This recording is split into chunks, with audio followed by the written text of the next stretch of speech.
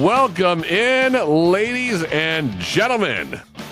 This is going to be a fun one. Thank you for joining A Little Trading and How to Purchase a Vehicle series. I'm your host for this one. It's Dan Levy, and joining me is my co-host, automotive expert, a fellow Dan Little Jr. Dan spent 23 years in sales and management at a top 3 Chevrolet store.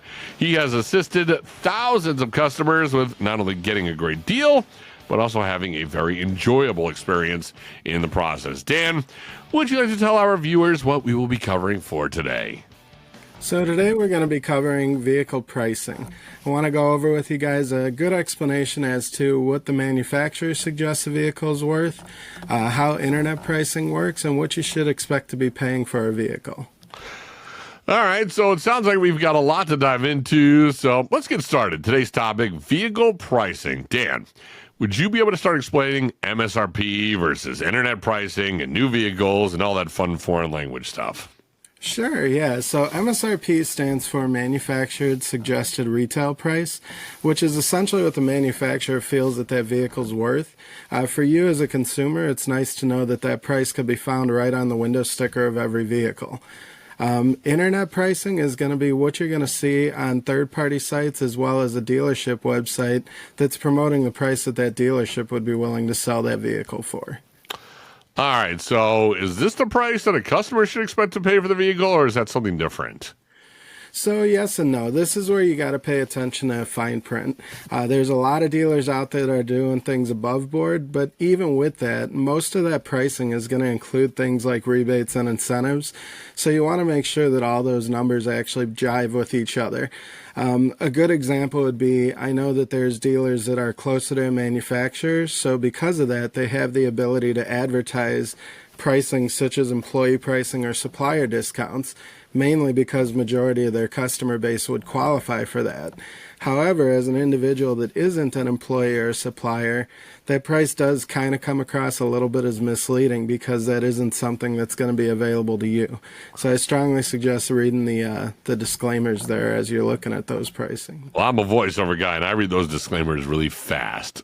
So for those that are joining us, I'm going to try to help him break this down to us, because a lot of this stuff is foreign language to a lot of people, and we're trying to get it all printed out. Okay, so internet. A lot of people go to search for their cars. They go on websites, and they're checking prices out. Now, the internet price that we see online for a vehicle, is that a price available for everyone, to everyone, or is that something that's based on credit? How does that all kind of intertwine in the world of getting a car? So that price is something that should be available to everyone. Incentive-wise, as I said, incentive-wise is going to be based on qualifications. But as far as the pricing itself goes, as advertised, that's a price that would be available to everyone. Okay, so with that being said, how do I know what price I qualify for? So your best bet, this is where if you land on a vehicle that you know that you're interested in and want to move forward on, this is where I suggest digging a little bit deeper. Most third-party websites and dealer sites will have the ability for you to use their digital retailing tool, which will give you a good idea what the pricing structure would look like as a whole. If you want to get actual details, though, this is where I highly recommend reaching out to a sales specialist at the dealership for getting more accurate on that specific vehicle. Gotcha. Dan, if I have to ask, is it a good idea to give all the information up front? We've been told for years that the best way to get a great deal is to work one price at a time. If you're talking about trade-in, if you're talking about payoffs and all that interesting stuff like your place of employment, your title, and all that stuff, people are always, when you go on websites, they're asking you for everything. Is it important to give away all that information first, or are you just trying to get one thing at a time down? So that's a good question, Dan. I'll tell you that I believe that you're best off giving all the information first, and here's why. I believe everyone that's listening will agree that one of the most important things to all of us is time. Yes. It's something that's irreplaceable, and essentially the more information you're willing to give up front, the more accurate the numbers are going to be that come back to you. The typical questions you should expect to get asked is about your trade-in. It would be about your trade-in. It could be vehicles in your household. These things are important because it could actually help you qualify for additional incentives that you may not have seen on the website. Many manufacturers will offer like a trade assistance program depending on the type of vehicle you have. Employment, they're going to ask you about employment and your title. There's a lot of private offers, especially, I come from a Chevrolet brand, so I know that there's a lot of offers out there for medical workers and, military. So I highly recommend giving as much information as possible. It's not hurting you any, but it's going to make that price a lot more accurate for you. When people are going to buy a car, and this one's maybe a little bit off script for us, what is the average time is it going to take for somebody, if they're going to go smoothly with it, what is the quickest somebody can get in and out of a dealership and get a car? Because oftentimes you're in there and you're like, man, I hope this doesn't take very long. And sometimes it can be 4 hours, 6 hours. I know I'm always getting dinner afterwards because I know I've been there for a little while. But if I'm going to go there and try to go as fast as possible, is there a way to do that? Or are you're buying a car, settle in, it is what it is for a day? So this is actually one of my favorite questions to answer because I'm going to break this down twofold for you. I've seen this work a million ways. There's times where it could take you hours upon hours, but that's where it's beneficial to do all the research online first. And the more that you do from home, the less you got to do when you get to the dealership. A good example of this, I've worked plenty of out-of-state deals over the years. And yes, it was a lot of time invested over the phone and over the computer. But I've had people that drove 14 hours, spent 30 minutes at the dealership finalizing paperwork and their test drive, and we're on the way back home. So it's a matter of what you want to invest in it ahead of time.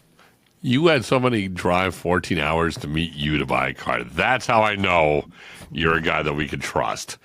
All right, with all that being said, what information should I expect to see on the actual bill of sale, which is what a lot of people always say? Give me, what is the bill of sale and all that stuff? Go into all that and Foursquare, proposal sheet, all that stuff that is jargon for you guys. Break it down to a simple person like me. Sure. So this is why I say that giving all that information ahead of time is beneficial, because what it allows the salesperson to be able to do is structure up a proper bill of sale and a Foursquare or a presentation for you. Okay. So the bill of sale is going to literally break down every piece of information and every detail of what you're paying for. So you're going to notice towards the top line, it's going to have whatever that manufacturer's suggested retail price was. But the next line below that is going to tell you what the dealership is charging you for that vehicle without the incentives being included. Gotcha. So this is where you're going to be able to cross-reference with what you saw online to make sure that they're giving you the deal that they offered you. If you did have a trade-in, you're going to notice that trade-in value right underneath that. And the reason for that is majority of states will give you a tax credit for a trade. So that price or that value comes off prior to your taxes being figured out. That's the reason why dealers are going to ask you what kind of vehicle you have and get information on it, because we're trying to do everything we can to get you the best deal possible. Under that trade-in, it's going to break down your fees, which you're going to see a document fee for any dealership you buy from. It usually ranges anywhere between a couple $100. I've seen it, depending on which state you're in, as high as about $1,500.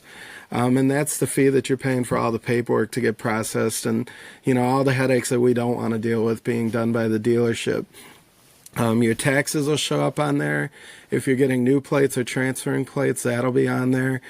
And then if you have a payoff on the vehicle, I'm sure you've heard before, dealers will tell you, oh, you trade your car in, we'll pay it off for you. Right. Well, what they mean by that is they're going to include that payoff value in your new deal. So towards the bottom, after the taxes and everything are figured in, whatever your payoff is going to be added back in there, because the dealership's going to write a check and pay off that loan for you. So one less headache for you to deal with. And then at the very bottom is going to be a breakdown of any incentives that are available. So if there were rebates or maybe there's a private offer you qualify for, that's going to come off the bottom before the final price. And there'll be a line for whatever you agree to as far as the down payment as well. Fascinating. So the price should match what I saw online to a certain extent.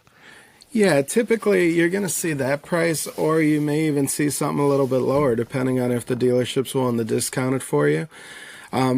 And you'll want to watch too. Some things that you may see is you may see something like a market adjusted price, or you may see a package that was added to the vehicle. This is Ooh, why I a like telling package. customers, yeah. This is why I like telling customers that a bill of sale is a great thing to have, because all of that stuff has to be disclosed on there. So it opens the door for you to ask the questions. When it comes to packages, some dealerships just add those on automatically, but usually that's a product that could be negotiated. So that's why it's a good thing to pay attention to. Oh, well, then that gives me another question in terms of the package listed, market adjustments. That was not advertised on their website, yada, yada, yada. What would you recommend for something like that? When people are giving you it's a package list, it's this, it's that. And I'm like, hey, I just went on the internet. This is what I thought I was going to pay. I put in all my info. And now all of a sudden there's this. What could somebody like myself expect? And how do I maneuver with that kind of information? So market adjusted pricing, usually you're only going to see that on specific vehicles. Over my time of doing it, it was more like the high demand vehicles. Back in 2020, 2021, when there were inventory shortages, it was commonplace for that to be on almost every vehicle. I would say in this day and age, you're really only looking at specialty vehicles. You know, maybe a Corvette, maybe a limited edition run. If you notice that, I would tell you that may be a good telltale sign on a regular vehicle. Right. That you should be looking at other avenues as to where to look for a vehicle. Fascinating stuff. Fascinating. This is all good to know. Trade-in value. That will show prior taxes being figured in. Why is that? So every state gives you the ability to take advantage of it in one way or another. I'm in Illinois, so I'll use Illinois as an example. You could get 100% of tax credit off the value of your vehicle. So a good example would be, say we're looking at like a $30,000 vehicle and your trade-in's worth 10 grand. You're only going to pay taxes on the $20,000 difference. And the reason for that is when you bought that vehicle that you traded in, you paid taxes on it already. So we're not going to double tax you on that. Interesting. That's very interesting stuff. Does that change if there's a payoff? And if I do not own the vehicle yet, does that all kind of factor into that? So that does not change. The value of the vehicle that they're giving you is going to be the same no matter whether you have a payoff or not. What it will do, of course, is change your bottom line, because that payoff amount's going to get added back in at the end. Something I never thought about, and when you mentioned it before, that people came up to 14-hour drives just to see you to purchase a car. Do you pay taxes based on where the vehicle is being purchased from? So if I see a car that I like, and being that we are both in Illinois and taxes are higher than anything that it should be, would it behoove me to go to like a couple of 45-minute drives south to Indiana, or maybe go to Wisconsin and get that same car but at a better tax price? You know, that's a great question. I've been asked that a lot over the years. So your taxes are based on where you reside. Now, I will tell you that every dealership handles it in different ways, mainly because some states cannot collect taxes for other states. But if they can collect, it'll be collected based on your area. A good example, in Illinois, there's multiple counties, and depending on what county you're in, it could be a big range. Chicago is creeping up on the 10 to 10.5% on taxes, but if you're in Will County, you're still under 8%. Oh, wow. So, you know, mentally you would think that if I bought a car in Will County, I'd be in better shape, but that's not accurate, because what'll happen is if they mischarge you on the taxes, you're eventually going to get a bill for the tax difference anyway, once the state goes through all the paperwork.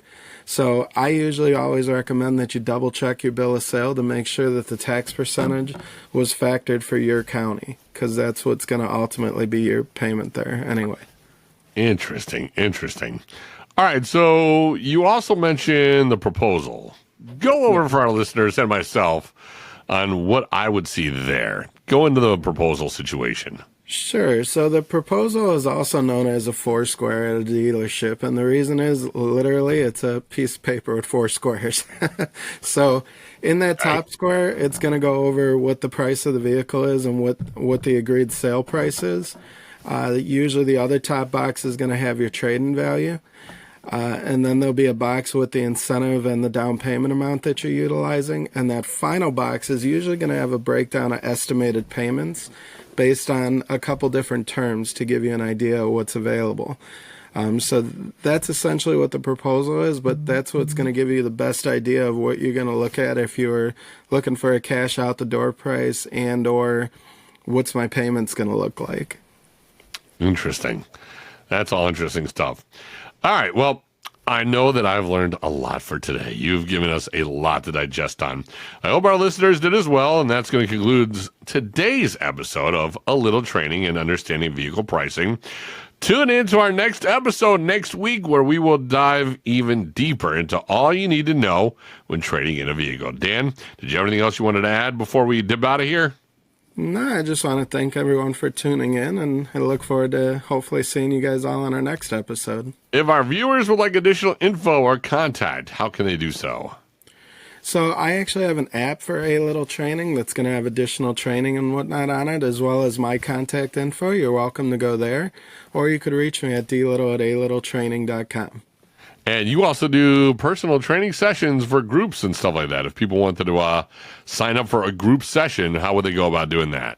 Yep. For additional information on that and pricing, it'll be based on location and how big of a group. You could email me at dlittle@alittletraining, or you could shoot me a text or give me a call at 708-969-2799. Awesome. Great. Until next time, my name is Dan Levy. He is Dan Little. Signing off. Thanks again for listening and watching. You've been watching A Little Training. We'll talk to you guys next time. See ya.